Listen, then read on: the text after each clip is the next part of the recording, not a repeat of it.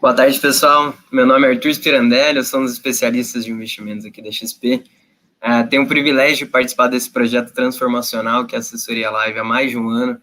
A gente começou lá pequenininho, com alguns telespectadores, e hoje a gente tem um canal desse tamanho e cada vez mostrando mais ainda para a indústria que é um modelo que tende a ser adotado e que tem tudo para funcionar por muito e muito tempo. Nosso compromisso é sempre levar até você, levar até a sua casa ou aonde você estiver através do seu aplicativo, conhecimento gratuito e ter um especialista aqui, que é o foco da XP, a assessoria de investimentos em si, ter sempre um especialista aqui para bater um papo ao vivo com você. Para você que é marinheiro de primeira viagem, a assessoria live ela funciona de segunda a sexta-feira, todos os dias úteis, é claro, das 8 da manhã até as 8 da noite. Você encontra um especialista de investimentos aqui para bater um papo, tirar todas as suas dúvidas sobre o cenário, sobre a sua carteira, sobre uma carteira que você queira montar, sobre algum produto que você ouviu falar. A ideia é a gente conseguir, de fato, democratizar os investimentos e continuar transformando o mercado financeiro através dessa educação. Hoje é um dia muito especial, a gente está fazendo a nossa terceira Super Live aqui do canal. A gente já teve a primeira Super Live de renda variável lá no passado, foi uma Super Live disruptiva, a gente realmente transformou a indústria ali, naquele momento de conteúdo gratuito, de conteúdo online e ao vivo.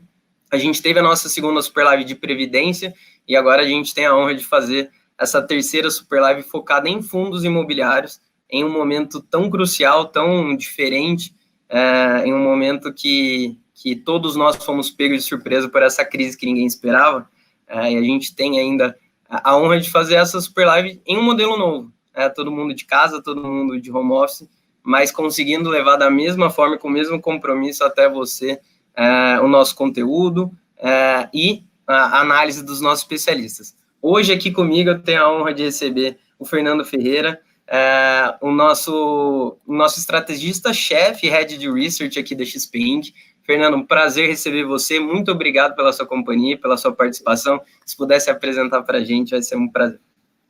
O prazer é meu, Arthur. Vocês me ouvem bem? Tudo certo por aqui. Ótimo. Bom, obrigado a todos aí por estarem ligados na Super Live com a gente, para falar mais de fundos imobiliários. Eu estou no mercado financeiro já há 17 anos, né, desde 2003, já cobri vários setores na Bolsa Brasileira, trabalhava no banco estrangeiro, fiquei um bom tempo fora do Brasil também, tanto entre Estados Unidos e Londres. Nos últimos 4 anos eu estava em Londres cobrindo ações europeias. Vim para cá, para a XP, no começo desse ano, para liderar o time de research e também para tocar estratégia na XP. Acho que a gente, como o Arthur falou, a gente tem um grande... a nossa missão aqui é democratizar o conteúdo, levar conteúdo de alto nível para todos os investidores, né, e não só para aqueles investidores de fundos institucionais que os bancos antes atendiam só aqueles tipos de investidor. Não, a gente atende todos os tipos de investidores e com qualidade, né? A gente quer levar a melhor informação, melhor conteúdo, melhor opinião para que vocês consigam tomar a melhor decisão de investimento, né? Então, eu acho que com isso a gente já pode começar nosso bate-papo, Arthur. Perfeito. Fernando, eu queria até a gente dar um passo para trás aqui e falar um pouco, né, como eu falei da Super Live, falar um pouco da nossa página, do nosso canal de conteúdos que a gente disponibiliza para os nossos clientes. Se você puder falar um pouquinho de como está estruturado isso, quais são os principais conteúdos e como que o investidor que está começando no mercado financeiro consegue se beneficiar, né, juntando a live aqui, que ele pode tirar dúvida em tempo real, mas também com conteúdo que ele possa estudar a qualquer momento, né? Exato. Então, se vocês entrarem em conteúdos.xpi.com.br, não precisa ser nem cliente, é aberto para todo mundo, é uma plataforma aberta de conteúdos, e lá a gente coloca todos os nossos relatórios, ou seja, todos os relatórios que a gente publica, que os analistas soltam as opiniões deles, sobre todos os papéis, sobre produtos, fundos, FIIs, enfim, COI, tá tudo lá, internacional, tem tudo, macroeconomia também, política, enfim, você consegue, tanto para o investidor que está começando, quanto para o investidor que já tem um nível de conhecimento maior, você vai encontrar tudo lá na plataforma de conteúdos, ela é bem ampla, bem extensa, e a gente está indo super bem, assim, a gente conseguiu mesmo, né, migrando para home office aí nas últimas 2 semanas, a gente conseguiu manter um nível de publicação de relatórios bem elevado, né? A gente está garantindo que a gente continua publicando relatórios relevantes e trazendo informação relevante para o investidor nesse momento complexo, né? Nesse momento mais difícil de crise.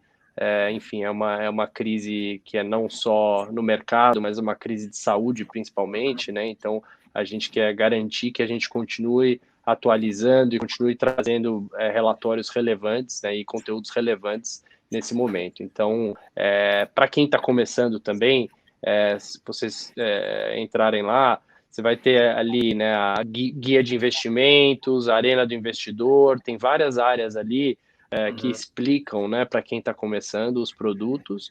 E como eu falei, para aquele investidor que já investe, já conhece também, você consegue ali né, ver todas as nossas recomendações de ações, todas as recomendações de fundos imobiliários, enfim, acho que é uma plataforma bem ampla e que a gente está bem feliz e continua sempre atualizando, né? Acho que o legal da plataforma é que a gente está sempre atualizando ela.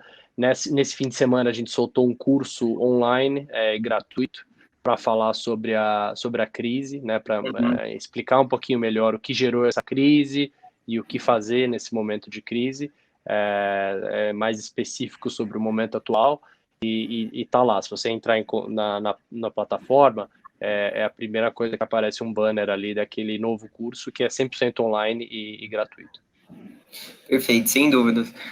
O canal de conteúdos, pessoal, para quem ainda não conhece, ele acaba sendo aqui o nosso braço direito aqui na assessoria de investimentos.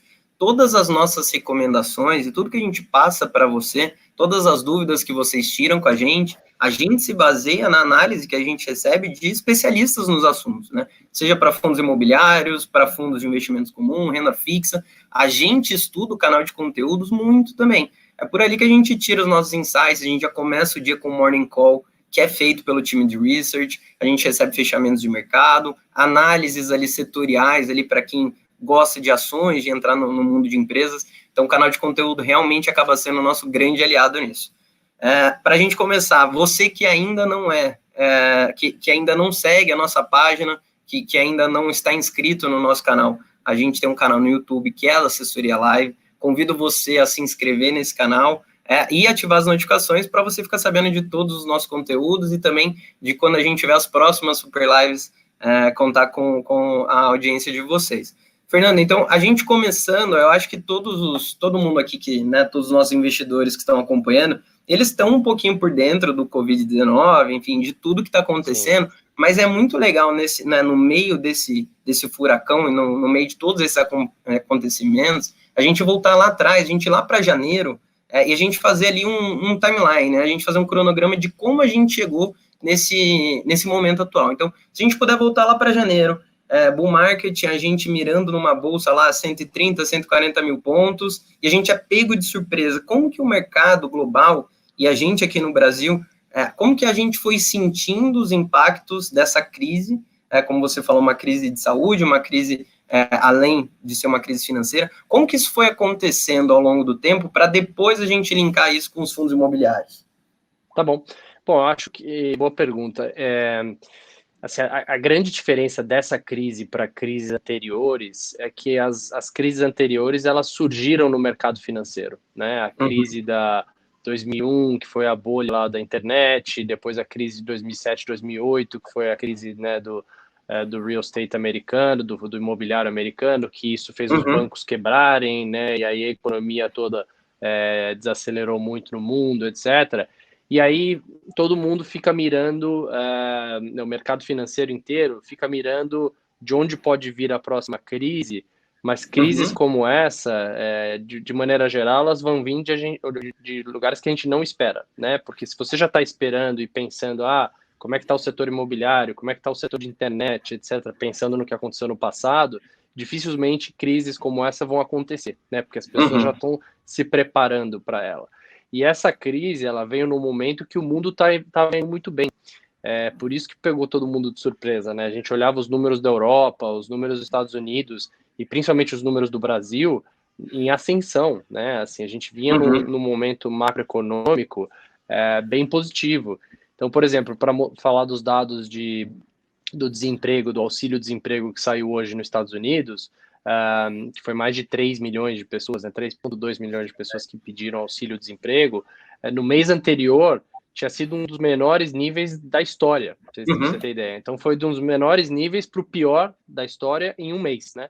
Então essa crise, a diferença dela é que ela veio do mundo real, né, e impactou a gente e o mundo inteiro, né, de uma forma muito abrupta, porque o mundo parou e ainda continua parado, né? Hoje, 1/3 do mundo, para você ter ideia, 1/3 das pessoas no mundo estão em quarentena ou estão em home office, né? Ou estão em casa. Então, assim, imagina o impacto que isso não está tendo na economia e no mundo real. Além dela ter vindo do mundo real, como eu falei, ela pegou o mundo num momento de ascensão, né? E aí foi uma grande surpresa, né, para todos nós.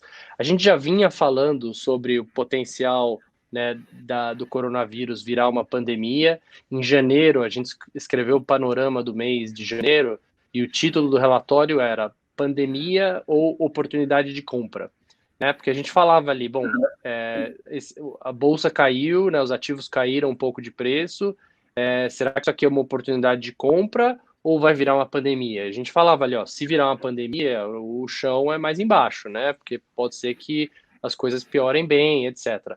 Obviamente que a gente não esperava que fosse cair tão rápido assim, né? Acho que nunca teve uma queda tão abrupta em tão pouco tempo, né? A gente já viu quedas maiores de preço de ativo em crises passadas, né? Os preços caíram mais do que caíram até agora, porém nunca tão rápido, né? Acho que isso que assustou bastante, né? Que em questão de 3 semanas as bolsas mundiais caíram mais de 30%, né? Então acho que foi isso que diferenciou e foi, né, muito diferente de crises passadas.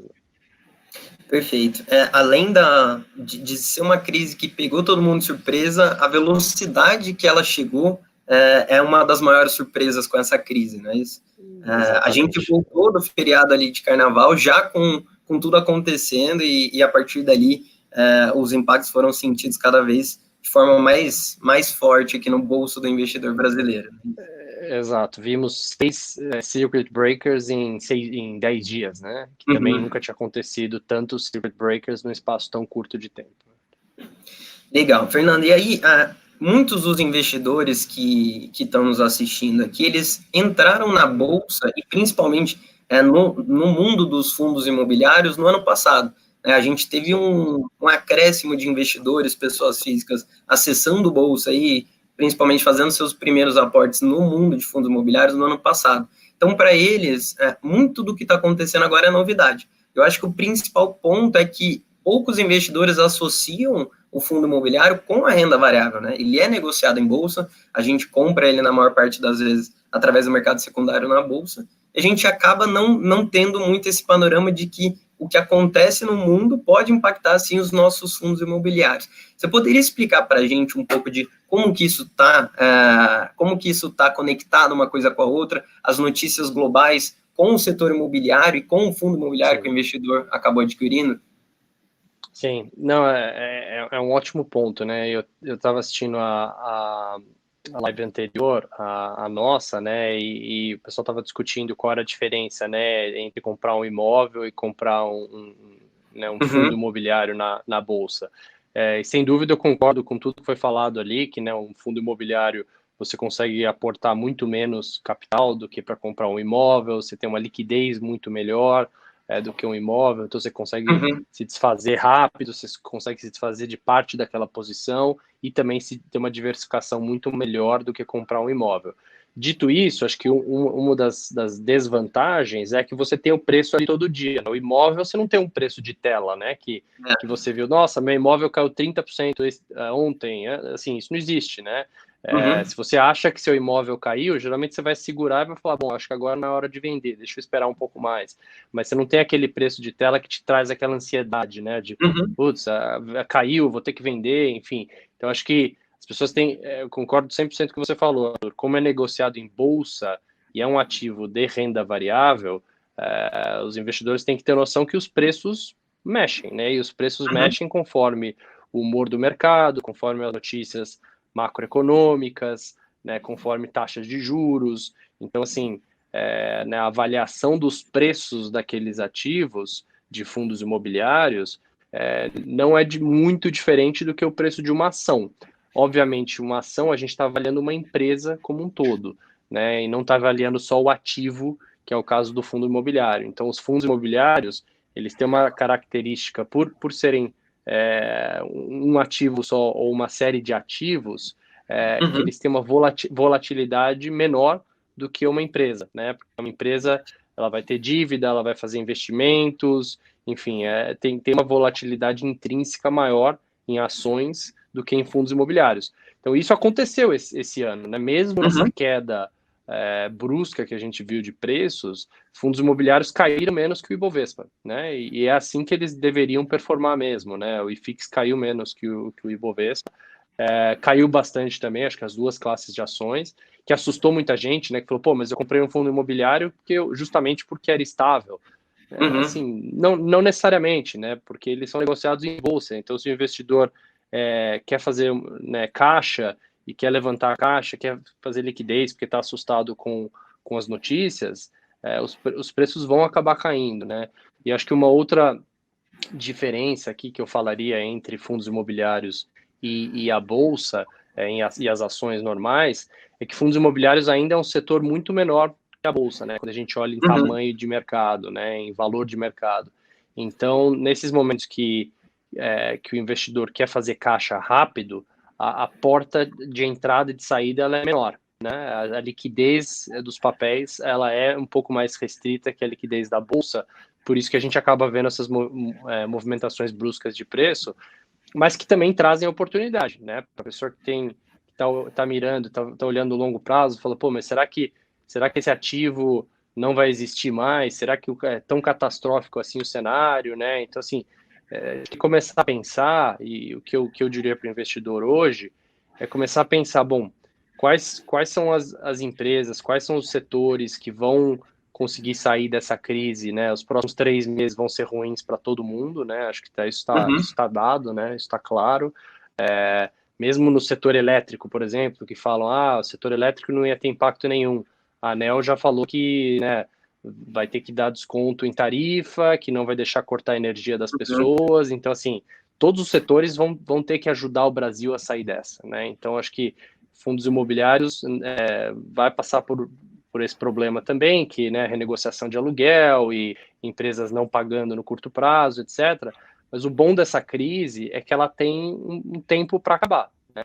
A gente não sabe se é um mês, se são 3 meses, mas se a gente olha o caso da China, né, e a gente olha aqui na Europa, apesar dos números de coronavírus continuarem subindo bastante, a taxa de crescimento já começou a desacelerar na Europa. Então, num momento muito parecido com o que aconteceu na China, né? Isso que é interessante. A taxa de aceleração, ela começou a desacelerar muito parecido com o que aconteceu na Ásia.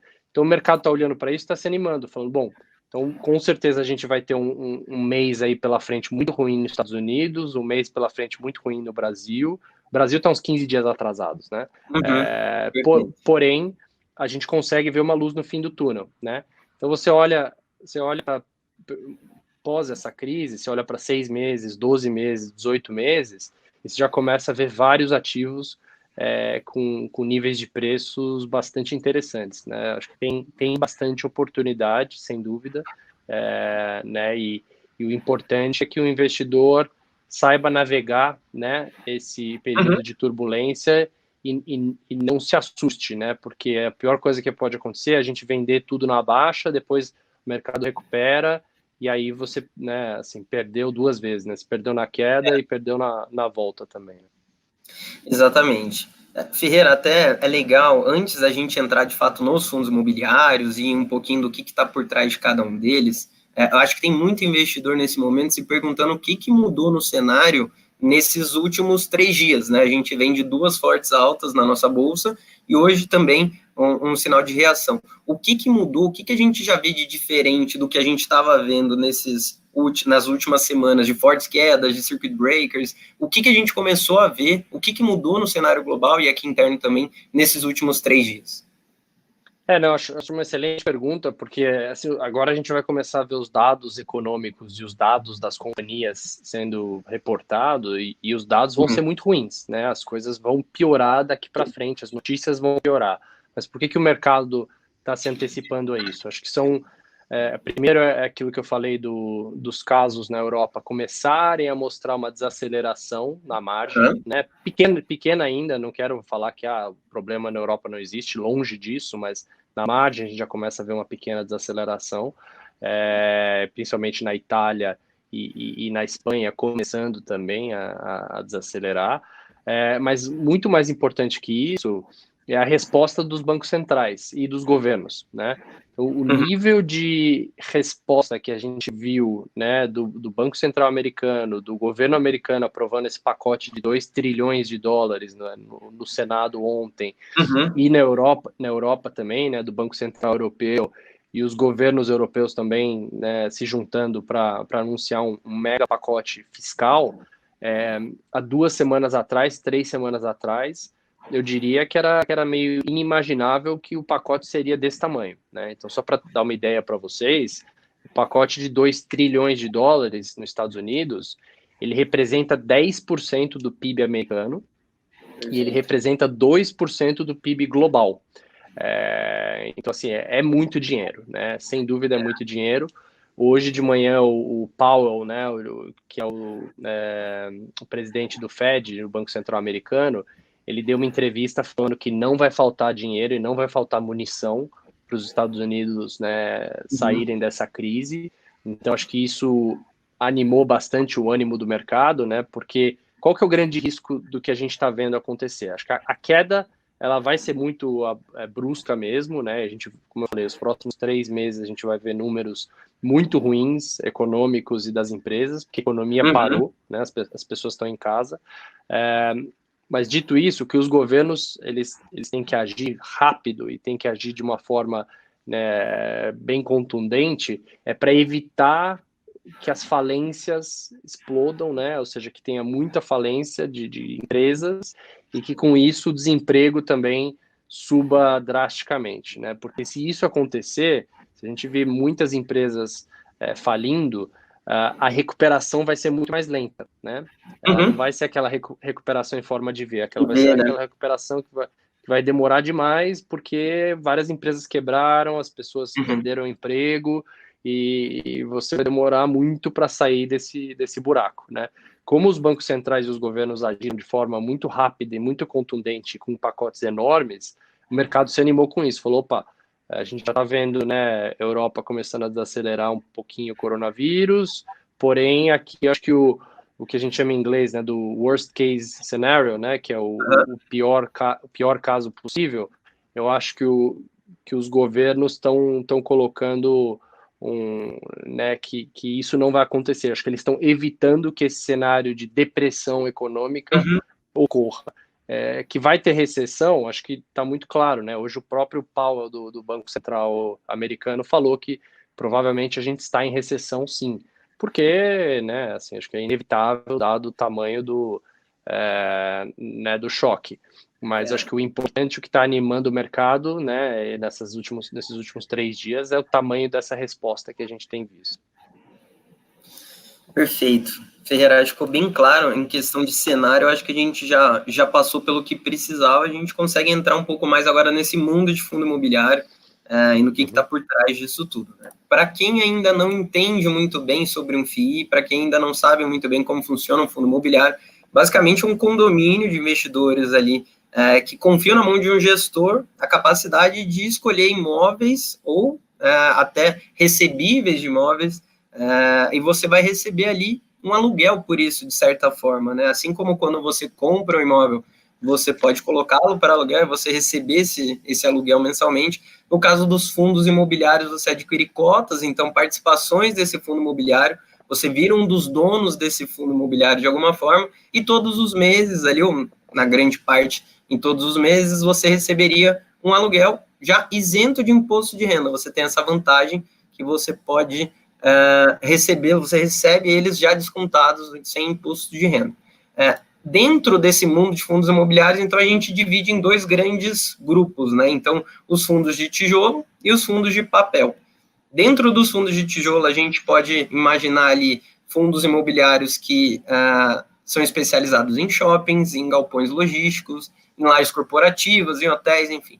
Uma grande quantidade de fato, imóveis. A gente chama de fundo de tijolo exatamente porque existem imóveis físicos ali dentro, né? E do outro lado, fundos de papel, que seriam os fundos que adquirem recebíveis, né? Que adquirem ali os CRIs e as LCIs ali dentro, onde eles receberiam esses proventos também. Dentro desses dois mundos, então, antes a gente entrar ali, de fato, no setor, mas dentro desses dois mundos, Ferreira, na sua visão, algum deles é mais impactado do que o outro, ou eles seriam impactados da mesma forma nesse momento? Eu acho que, assim, o impacto, ele vai vir para todos os setores da economia, né, como eu falei, acho que incluindo até, né, setor elétrico, como eu falei, como a gente nunca imaginava, que é um setor tão regulado e estável. Acho que todos os setores, como é uma crise muito abrupta e brusca no curto prazo, o que a gente está escutando de todos os empresários que a gente tem falado, todo mundo tem dito a mesma coisa. Fala, olha, para as pequenas e médias empresas e também para as grandes empresas, está todo mundo tentando renegociar aluguel, está todo mundo tentando postergar pagamentos, todos os pagamentos possíveis de impostos, pagamentos de conta de luz e água, pagamentos de qualquer forma. Para quê? Para tentar proteger o caixa, para tentar proteger a companhia, né, para tentar proteger a estabilidade financeira e também para tentar proteger os empregos, né, e que os empresários consigam pagar a folha de pagamento, né. Obviamente, várias empresas já estão demitindo, né, infelizmente, mas o mais importante para esse empresário, que ele está pensando, pô, se essa crise for uma crise que dure 3 meses só, se eu demitir muita gente da minha companhia, depois vai ser difícil recontratar, é muito caro, etc. Então, como é que esse cenário que eu falei impacta os fundos imobiliários? Olha, acho que vai ter renegociação de aluguel, né? Ou talvez empresas anunciando que não vão pagar dividendo, né, por alguns meses até a situação voltar ao normal, para esse caixa ficar um pouco mais né, na companhia. Então, acho que o investidor não tem que se assustar se isso acontecer. Mesma coisa para ações listadas em bolsa, tá? A gente já está vendo várias companhias que tinham dividendo mínimo aprovado para o ano, falando, olha, a gente só vai pagar o dividendo no final desse ano, não vamos pagar dividendo nos próximos meses. Isso já está acontecendo, né? Porque está todo mundo segurando caixa, porque ninguém sabe se isso vai durar 1 mês, 2 meses, 3 meses, enfim, eu acho que né, a duração ela ainda é muito incerta, por isso que a gente está vendo as empresas segurando caixa. O nosso analista de FIIs, né, Renan Amanda, ele trocou a carteira, né, se vocês entrarem lá em conteúdosxpi.com.br, para focar principalmente em papéis de recebíveis, né? Então ele acha que os papéis de recebíveis estão mais protegidos nesse cenário atual do que os papéis de laje, né? Os papéis de shopping, os papéis de produto que vão né, ter potencialmente um impacto um pouco maior dessas renegociações, né, do fechamento de shopping por enquanto, que estão fechados por tempo indeterminado, né? Então, por isso que ele migrou, se eu não me engano, 40% da carteira para fundos de recebíveis, né? Que ele acha que que vão ter uma estabilidade um pouco melhor no cenário atual. Legal, até falando um pouquinho disso aqui para os investidores, a gente tinha comentado no começo da live sobre o nosso canal de conteúdos e mensalmente a gente disponibiliza para vocês uma carteira recomendada de fundos imobiliários. Aquela carteira seria a nossa recomendação para compra de fundos imobiliários para aquele mês. A gente sempre divulga ali no comecinho do mês como as principais teses e os principais fundos para você comprar naquele mês. Não quer dizer que se você tenha um fundo que não está ali, que ele deva necessariamente ser vendido e trocado por algum deles. É uma análise mais completa do que isso. Mas, tendo em vista essa carteira recomendada, a gente fez agora, como você falou, Renan, fez uma reavaliação na carteira. É um bom momento, então, para se comprar, ou o investidor ele deve esperar tudo isso passar, esperar alguns meses e só depois voltar para o mundo de fundos imobiliários? Não, acho que, assim, o que está acontecendo, né? A gente viu os preços dos ativos caírem demais, Só que uma grande diferença aconteceu versus as crises passadas, que é o fato do Banco Central estar cortando juros, né? Historicamente, em Perfeito. todas as crises que a gente viveu no passado, quando tinha uma crise externa, o Banco Central tinha que subir juros. E eles subiam juros drasticamente para tentar segurar capital e dólares dentro da economia brasileira, né? Para não ter aquela corrida para moeda. Então, aquele cenário passado era muito ruim para ativos como fundos imobiliários, né, para empresas, porque impactava muito o custo de oportunidade, né, o custo do dinheiro e o custo da oportunidade. Hoje, a gente está vendo fundos imobiliários já pagando 8%, 9% de dividendo sem imposto, o que compara com uma taxa Selic após imposto, né, que seria a taxa comparável de que 3%, né, ou menos que isso, né? Então, assim, você tá com um diferencial, né, muito grande em relação ao que os fundos imobiliários estão pagando hoje, e mesma coisa vale para empresas que pagam bastante dividendo também, mas o diferencial entre o dividendo, né, que esses fundos estão pagando e os juros é muito alto. Dito isso, é importante lembrar, como eu falei, acho que vão ter várias renegociações, vão ter empresas que não vão pagar dividendo nos próximos meses para segurar o caixa, então não adianta também comprar o fundo imobiliário agora e aí a empresa anuncia que não vai pagar o próximo dividendo, o investidor se assusta e vende, né? Porque Perfeito. tem que saber que vão ser 3 meses difíceis, né, no Brasil. Então, se você tem um horizonte maior e mais longo de tempo, que é o que tem que ser em renda variável, né? A gente não pode pensar em Uhum. renda variável como algo de curto prazo, tendo uma visão de longo prazo e sabendo que, olha, o Banco Central cortou juros e provavelmente vai ter que cortar juros de novo, segundo os nossos economistas, esse diferencial vai ficar maior ainda, né? Entre o dividendo e né, os juros que estão sendo pagos no CDI, enfim. Então, o custo de oportunidade do dinheiro, de deixar o dinheiro parado hoje no CDI, é um custo de oportunidade muito alto, né? Porque o CDI não está rendendo Uhum. assim, nada do que rendia no passado, né? Aquele 1% ao mês que a gente falava, né? Isso acabou. Então, esse cenário passando essa crise, sem dúvida que é muito positivo para ativos que geram um yield, né? Que geram uma renda para o investidor, que é o caso dos fundos imobiliários, né? Então, acho que isso traz uma atratividade bem grande, né? Para fundos imobiliários. Com certeza.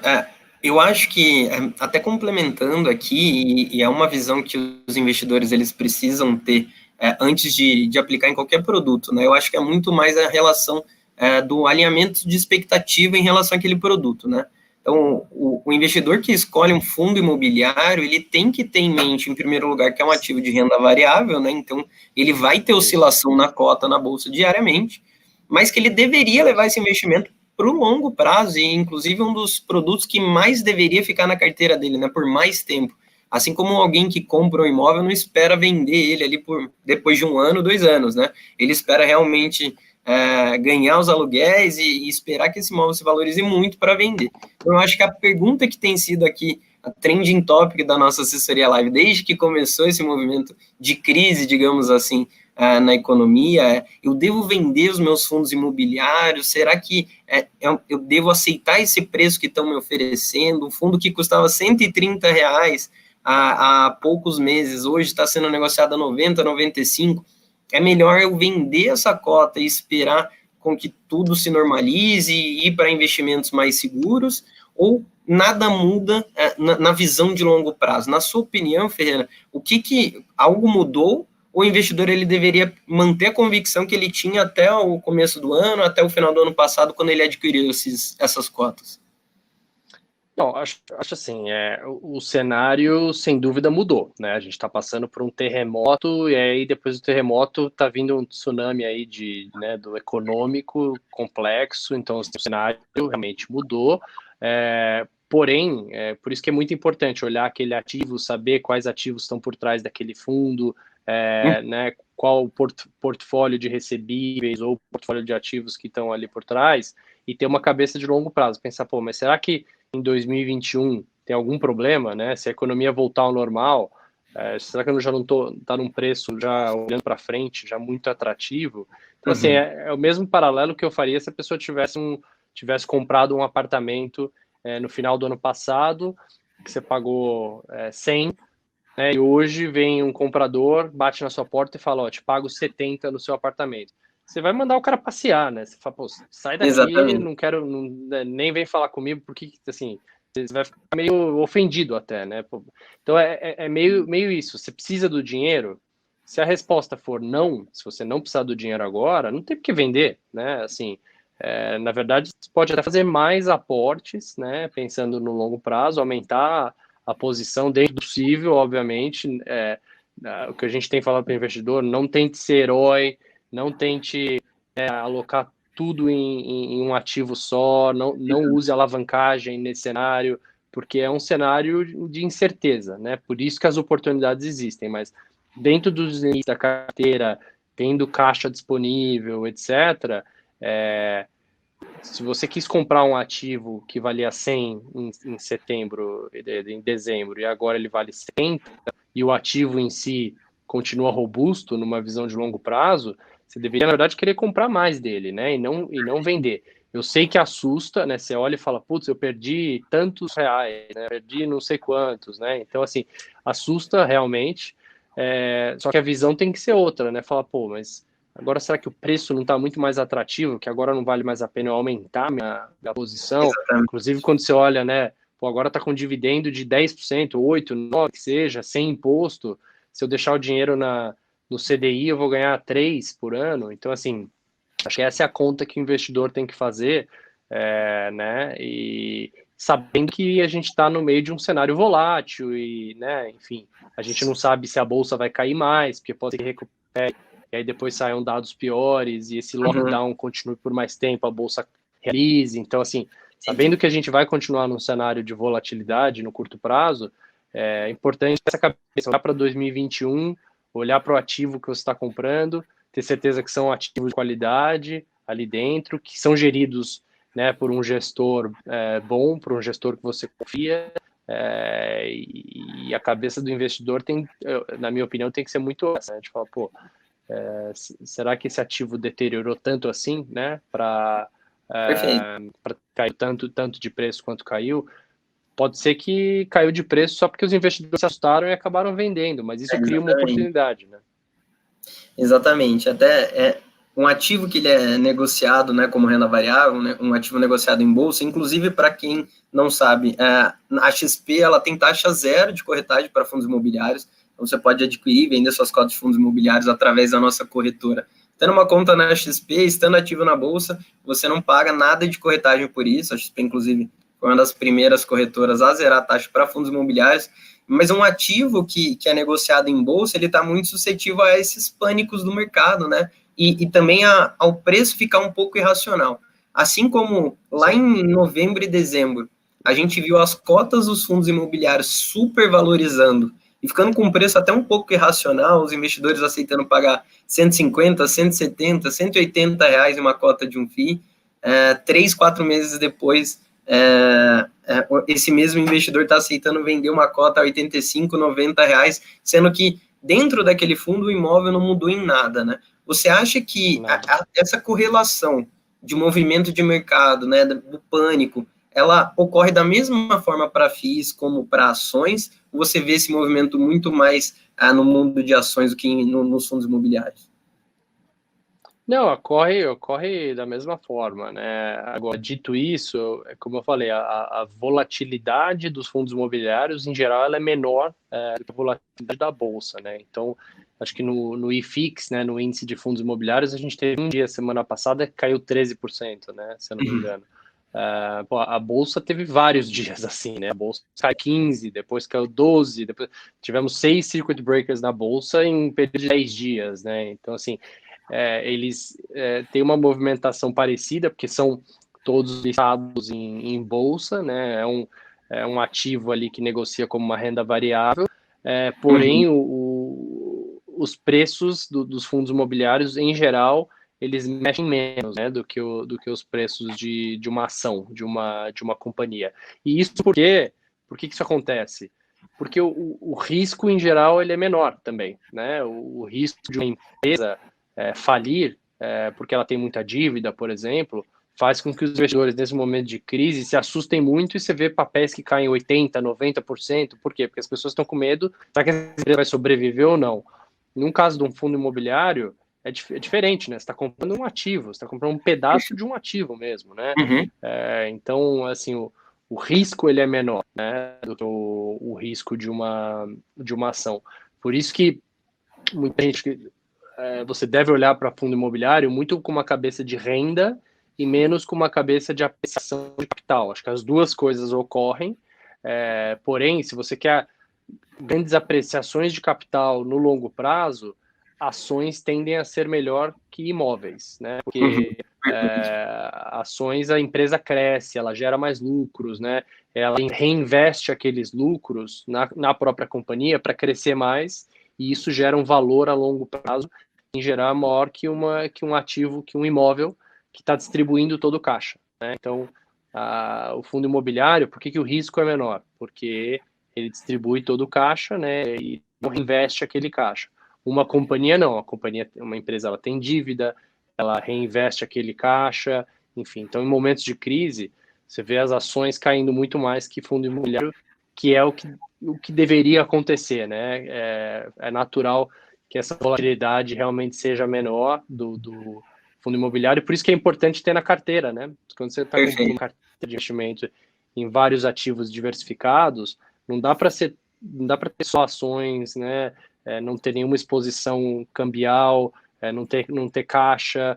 Então, ou seja, fundos imobiliários eles ajudam muito a compor uma carteira, né? Pensando em ter uma diversificação de ativos, que você está investindo tanto em renda, quanto em apreciação de capital de longo prazo, quanto também em liquidez e caixa, né? É sempre importante ter um percentual de liquidez e caixa relevante, né? Que é o que vocês chamam da reserva de emergência, né?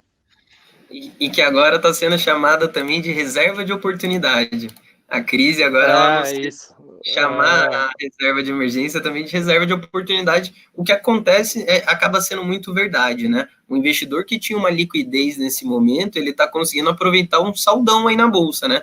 Tanto para ações quanto para fundos imobiliários, a gente não via preços assim há muitos anos. Entrando um pouquinho na parte de carteira, na parte cliente, vou até te usar um pouquinho como assessor agora, Ferreira.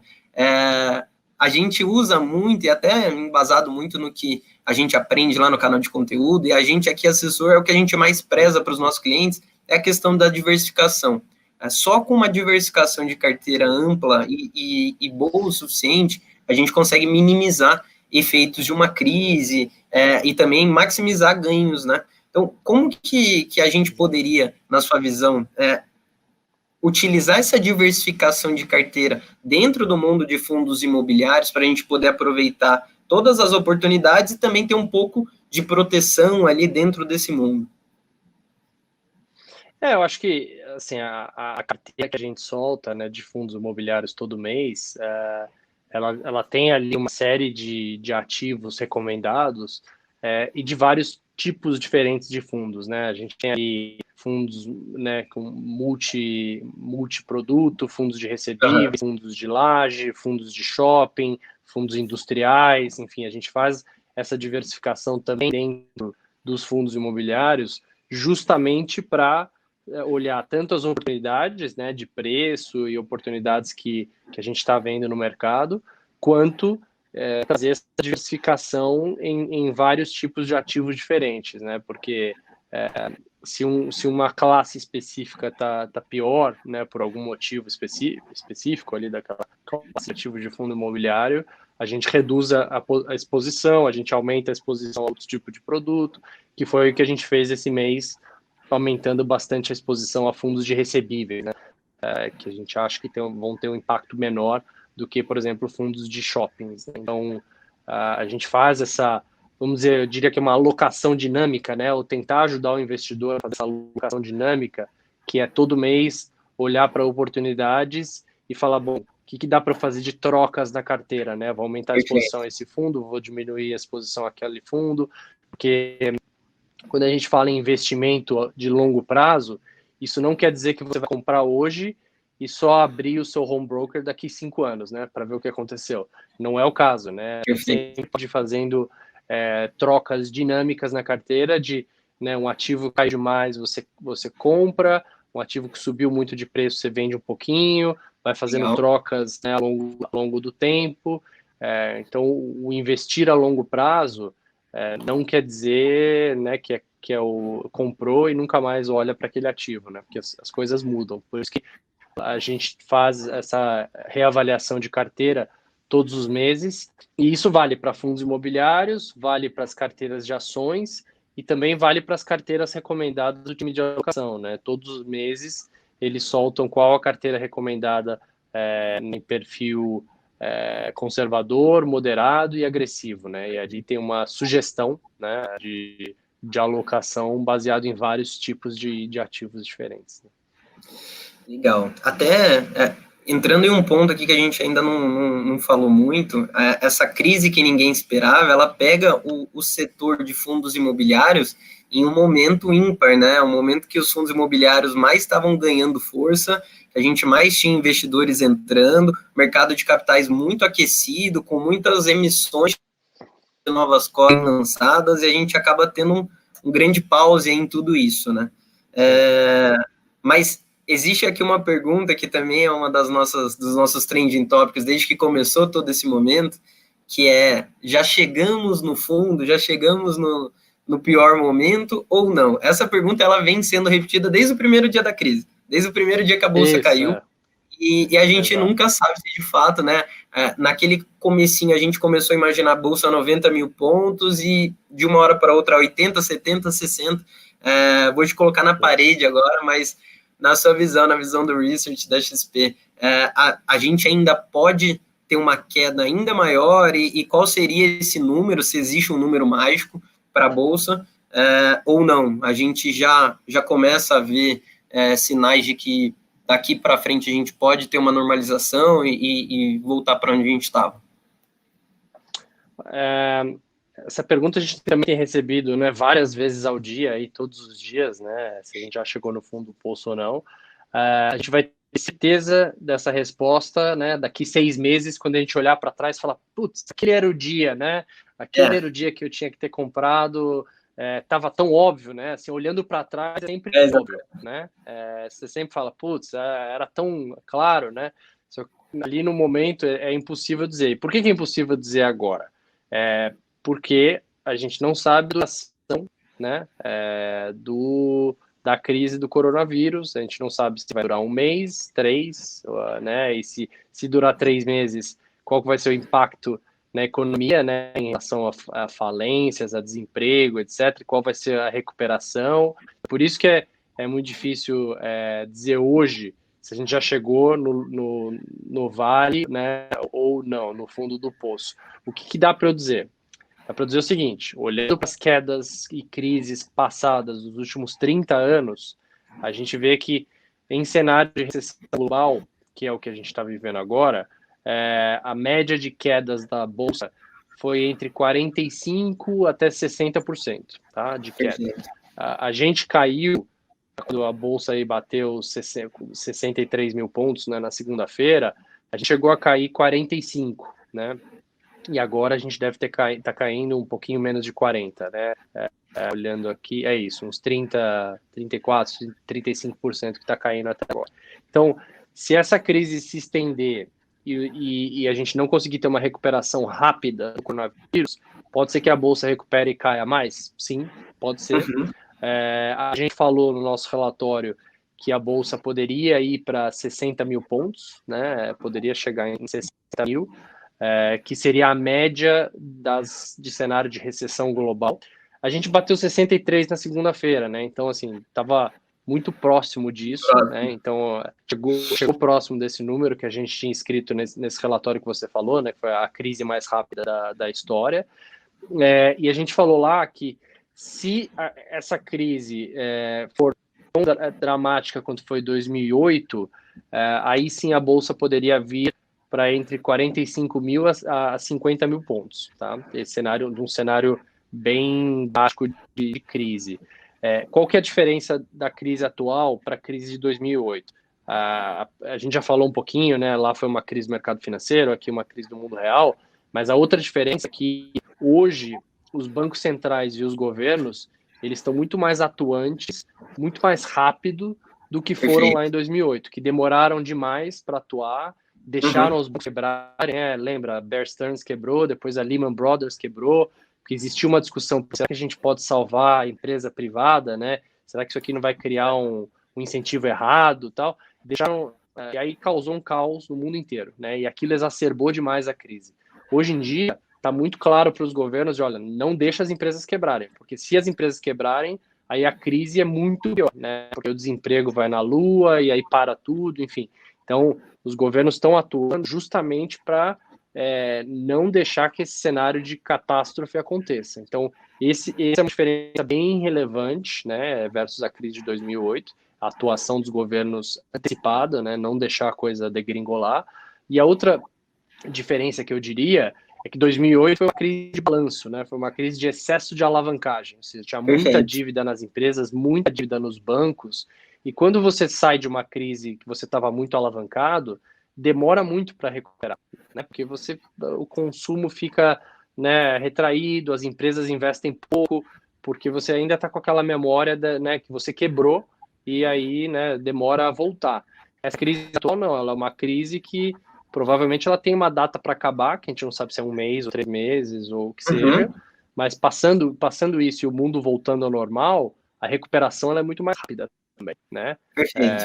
Então, essa é uma diferença bem grande que tem da crise atual para a crise de 2008, tá? Então, por isso que a gente vem do tamanho da resposta que os bancos centrais deram, né, e os governos também nos últimos dias, a gente acha que essa crise a gente pode sim ter chegado no fundo do poço, caso, né, os governos consigam segurar aí o que tem para vir.